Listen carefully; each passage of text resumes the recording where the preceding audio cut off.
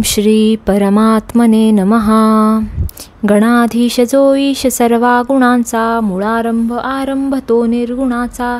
नमो शारदा मूळ चत्वार वाचा, गमू पंथ आनंत या राघवाचा. गुरुर्ब्रह्मा गुरुर्विष्णू गुरुर्देवो महेश्वरः, गुरुः साक्षात् परब्रह्म तस्मै श्री गुरवे नमः. अनेन प्रियतां देवो भगवान् जानकीपतिः, श्रीरामचन्द्र पूर्वेषाम् अस्माकं कुलदैवतं.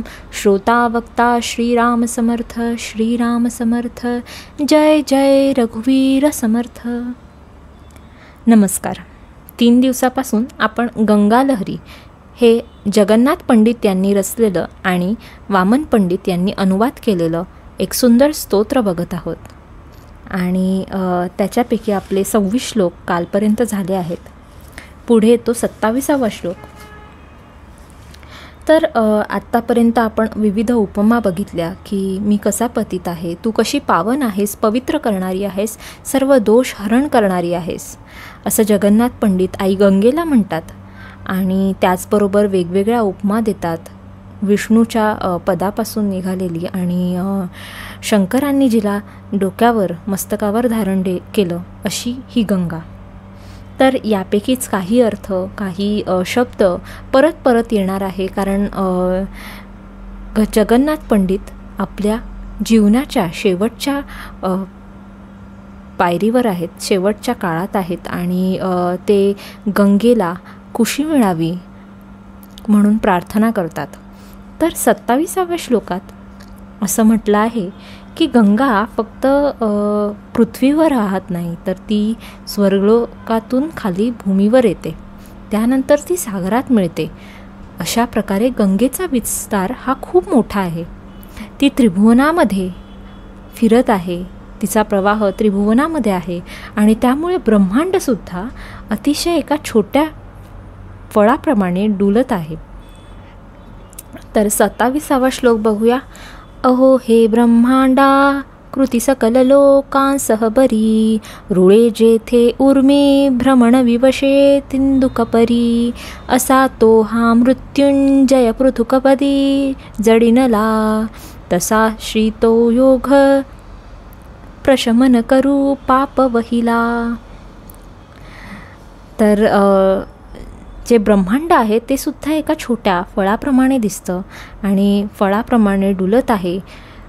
आणि काय झालं आहे तर शंकराने तिला धारण केलं आहे. खूप हजारो लाखो वर्षांपूर्वी शंकराने स्वर्गलोकातून अवतरलेल्या गंगेच्या प्रवाहाला आपल्या मस्तकावर धारण केलं आहे.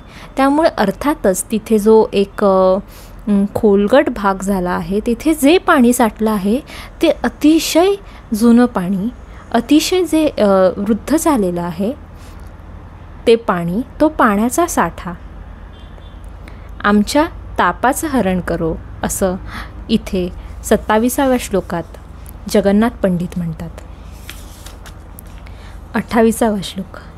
तर ह्याच्या आधीसुद्धा अशी वर्णनं आहेत जिथे जगन्नाथ पंडित म्हणतात की या जगामध्ये खूप सारी तीर्थक्षेत्रे आहेत, अनेक नद्या आहेत, पण तुझा जो मान आहे तो काही औरच आहे.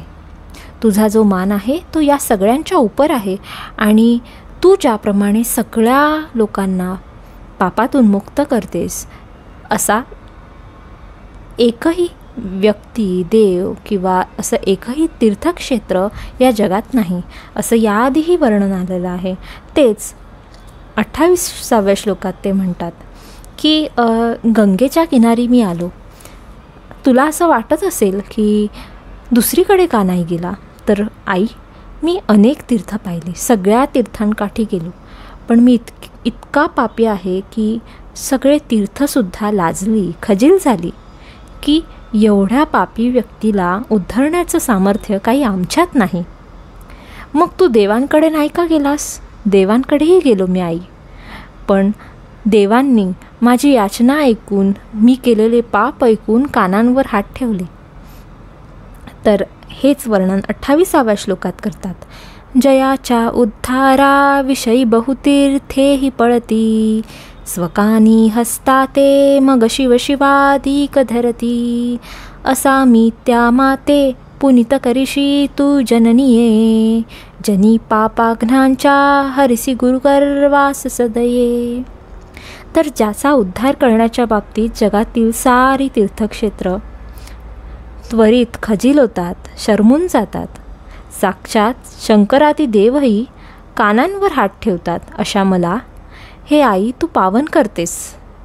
त्यामुळे पाप नाश करण्याच्या विषयी या सर्वांना जे गर्व झालेला आहे, इतर तीर्थक्षेत्र आणि देवांना जो गर्व झाला आहे की हां आपण पापाचा नाश करतो, आपण आपल्याकडे येणाऱ्या भक्ताचा उद्धार करतो, तर त्यांचा हा जो गर्व आहे तो तू हरण करतेस, नष्ट करतेस. कारण माझ्यासारख्या पातकी व्यक्तीला केवळ तूच आणि तूच पावन करत आहेस. तर ही पापे कशी आहेत, मी कुठल्या प्रकारचं पाप केलं, तर याची उपमा देताना जगन्नाथ पंडित म्हणतात की किती वाईट पाप मी केलं, तर चांडाळसुद्धा करू शकणार नाही. मनाचा निश्चय न झाल्याने जी पापं चांडाळही करू शकणार नाही अशी पापं मी केली आहेत. 29व्या श्लोकात ते म्हणतात, श्वपाकांच्या श्रेणी हुनी बहुतनिचात गणना, न मर्यादा पापा अगसदन मी एकची म्हणा, अशाला ताराया कटिकसुनी होसी निज सखे, कशी तुझी श्लाघा द्विपद पशु जो तू तो करू शके. म्हणजे काय, तर करावी का नाही, हे करू का नको, हे पाप मी करू का नको, असा अनेक वेळा विचार येऊन मनात निश्चय नाही होत. म्हणजे आपल्याला माहीत असतं की हे पाप आहे आणि हे खूप मोठं पाप आहे. तर चांडाळसुद्धा करण्यापूर्वी अनेकदा विचार करतात, पण अशी पापं मी सहजपणे त्वरितपणे विना विचार करता केली आहेत. असा मी जणू काही पातकांचं माहेरघरच आहे. आणि अशा पातक्याला उद्धरण्यासाठी, माझासुद्धा उद्धार करण्यासाठी तू कंबर कसून सिद्ध झालेली आहे. तेव्हा माझ्यासारखा क्षुद्र मानव तुझी यथार्थ स्तुती कशी करू शकेल बरं, कशी तुझी श्लाघा द्विपद पशु जो तो करू शके, असं म्हणतात. आत्तापर्यंत जगन्नाथ पंडितांनी आपल्याला पतित म्हटलं, आपल्याला पापी म्हटलं.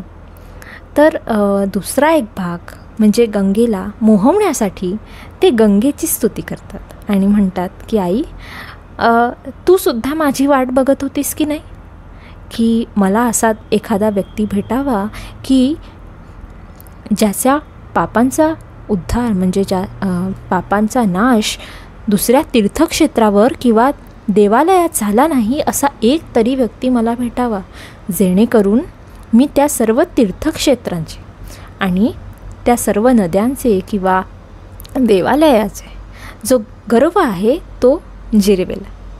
अशी एक वेगळ्या अंगाने स्तुती जगन्नाथ पंडित 30व्या श्लोकात म्हणतात. आणि आईला म्हणतात, आता ये बरं, मी आलो आहे. असा महापातकी जो कुठेही उद्धरू शकला नाही तो तुझ्या समोर आलो आहे. न कोणीही ऐसा अजवरी मला प्राप्त जनकी, जयाच्या उद्धारे अखिल अवनी मस्तक तुकी, अशी इच्छा पोटी बहुत दिवस होती तुझला, कराया मी आलो सफळ समजो भाव तुझला. तर ज्याचा उद्धार करून साऱ्या जगाला आश्चर्यचकित करता येईल असा माणूस मला आजवर कोणी भेटलाच नाही, असं तुलासुद्धा वाटत होतं ना आई. तर मी तुझ्यापाशी आलो आहे. माझा उद्धार कुठेही जाऊन झाला नाही. तेव्हा आता संतुष्ट हो, तुझी इच्छा पूर्ण झाली. तुझी फार दिवसांची जी प्रतीक्षा आहे ती खंडली. आता संतुष्ट हो आणि माझा उद्धार लवकरात लवकर कर, असं 30व्या श्लोकात जगन्नाथ पंडित म्हणतात. मग मी कसा आहे ग आई, असं सांगताना ते म्हणतात, मी पुन्हा पुन्हा जी पापं केली, आयुष्यभर आपण जसं वागलो ते आपल्याला मरणसमयी आठवत असतं. आपण कुणाचं काय केलं कुणाला चांगला मार्ग दाखवला, कुणाचं वाईट केलं, कुणाला दुखवलं, कुणाची स्तुती केली, कुणाच्या मनाला बरं वाटेल असं म्हटलो. आपण जीवनभर काय केलं ना, हे सगळं मरणाच्या वेळेस आठवत असतं किंवा वृद्धत्व काळात आठवत असतं की हे करायला पाहिजे होतं, हे नको करायला पाहिजे होतं. तर जगन्नाथ पंडितांचं हे शेवटचं काव्य असल्यामुळे त्यांना सतत आपण काय केलं आयुष्यभर याची चुणचुण होती की मी राजांपुढे गेलो, लोभाने मोहित झालो आणि द्रव्यासाठी नको नको ते केलं. तर पुन्हा एकदा ते स्वतःच्या चुका मान्य करून स्वतःला एका कुत्र्यासारखा म्हणवतात. कुत्रा कसा असतो, जो आपल्याला खायला देईल त्याच्यासाठी सतत हजर असतो, त्याची स्तुती करतो काय. असं सर्व मी केलं त्या कुत्र्यासारखं. लांगूल चालणं हे जे म्हणतात ना, त्याच्या मागे मागे शेपटी फिरवत बसलो. हे मी जीवनभर केलं आई. ते सांगताना ते म्हणतात 31व्या श्लोकात, स्वभाव श्वानाचा तदुपरी असत्यार्थवदनी, कुतर्का घोकावे अवडी परपै शून्य मननी, असे माझे दोष प्रचुर गुणकानी परिसुनी, मुखा पाहे कोण क्षणही तुझ वाचून जननी. तर माझा स्वभाव कसा आहे, तर कुत्र्यासारखा आहे. माझी प्रवृत्ती या श्वानासारखी आहे की जो सतत आपल्या मालकापुढे शेपटी हलवत असतो, जो आपल्याला द्रव्य देईल त्याच्या पुढे पुढे करतो. अशी माझी वृत्ती आहे. आणि त्यासाठी मी काय करतो, तर मी खोटं बोलतो. एखादा व्यक्ती तितका हुशार, तितका बलवान नसेलही, परंतु मी द्रव्यासाठी मात्र नेहमी खोटं बोलत आलेलो आहे, असं जगन्नाथ पंडित इथे म्हणतात. आणि मी कसा आहे, तर कुतर्की आहे आणि वाद, शास्त्रार्थ या सगळ्यांमध्ये मी फक्त एकच काम केलेलं आहे आई, ते म्हणजे दुसऱ्यांचा दोष काढणं आणि त्यांचा द्वेष करणं. याशिवाय मी दुसरं काही काम केलेलं नाही आई. आणि खरं तर हे दुर्गुण आहेत.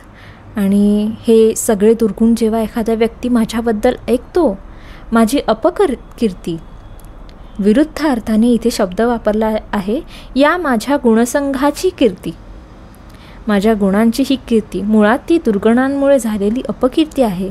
आणि ही जी अपकीर्ती आहे ती ऐकल्यामुळे काय होतं की माझं तोंडसुद्धा पाहिल असं जगन्नाथ पंडिताला वाटत नाही की दुसरं कोणी आपलं तोंडसुद्धा पाहिल, कारण ते लोक परत त्यांच्याकडे कधीच येत नाही. तेव्हा आता माझ्यासारख्या पापी व्यक्तीला तुझ्यापासून दुसरं कोण आहे आई, तूच एक आहेस.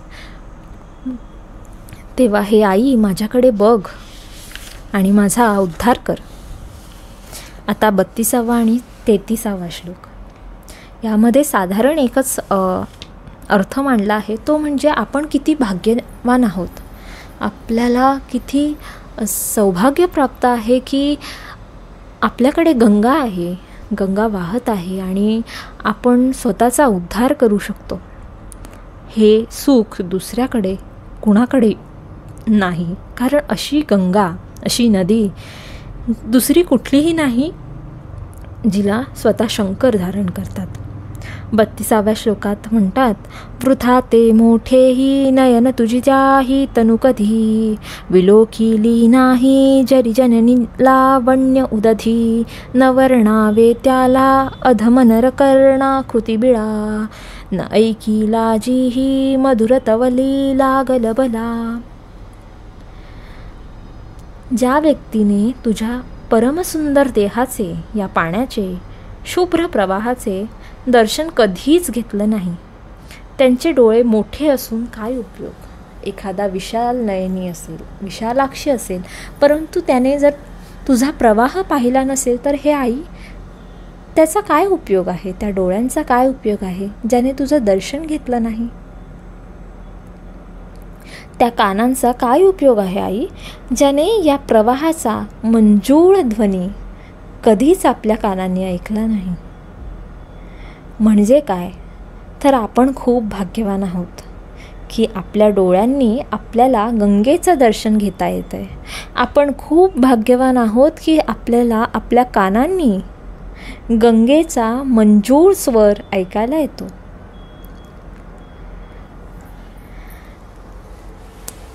आणि पुढे ते म्हणतात की याच पाण्यामुळे आम्हा सर्वांना स्वर्ग मिळतो. घडे ज्याला पुण्याचरणतिही जावे सुरपुरी, पडावे पापिष्टी विषम नरकी घोर विवरी, व्यवस्था ऐशी हे अशुभमय देशांतची असे, तुझी लीला जेथे सकल अगहत्री न विलसे. आता होतं काय, गंगा तर भारतातून वाहते किंवा या देशातून, या खंडातून वाहत आहे. तर जगामध्ये साधारण आपल्या शास्त्राने 2 भाग केले आहेत. एक म्हणजे पापी लोकांचा वर्ग आणि एक म्हणजे पुण्यवान लोकांचा वर्ग. ज्याने आयुष्यभर सत्कर्म केली, पुण्य गोळा केली, त्याला मिळतो स्वर्ग.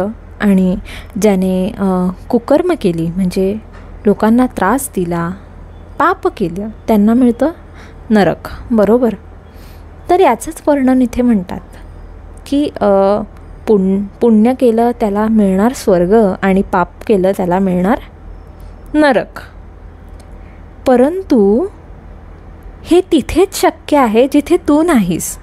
ही जी वाटणी आहे ही तिथेच शक्य आहे जिथे तू नाहीस. परंतु तू या द्वैताचं खंडनच केलं जणू, कारण तू आहेस तिथे हा प्रश्नच नाही, सगळ्यांनाच स्वर्ग मिळेल. असं वर्णन ते करतात की आपण किती भाग्यवान आहोत की आपल्या देशात ही तुझी मूर्ती, प्रवाह मूर्ती सतत वाहत आहे आणि पापांचा नाश करून, सर्वांना पावन करून, सर्वांना स्वर्गलोक देत आहे. तेव्हा तू असशील तेथे सर्वांना स्वर्गच मिळणार. असं वर्णन 33व्या श्लोकात जगन्नाथ पंडित करतात. या पुढचे श्लोक उद्यापासून पाहू. ओम पूर्णमदः पूर्णमिदं पूर्णात् पूर्णमुदच्यते पूर्णस्य पूर्णमादाय पूर्णमेवावशिष्यते. ओम शांती शांती शांती. श्रीराम.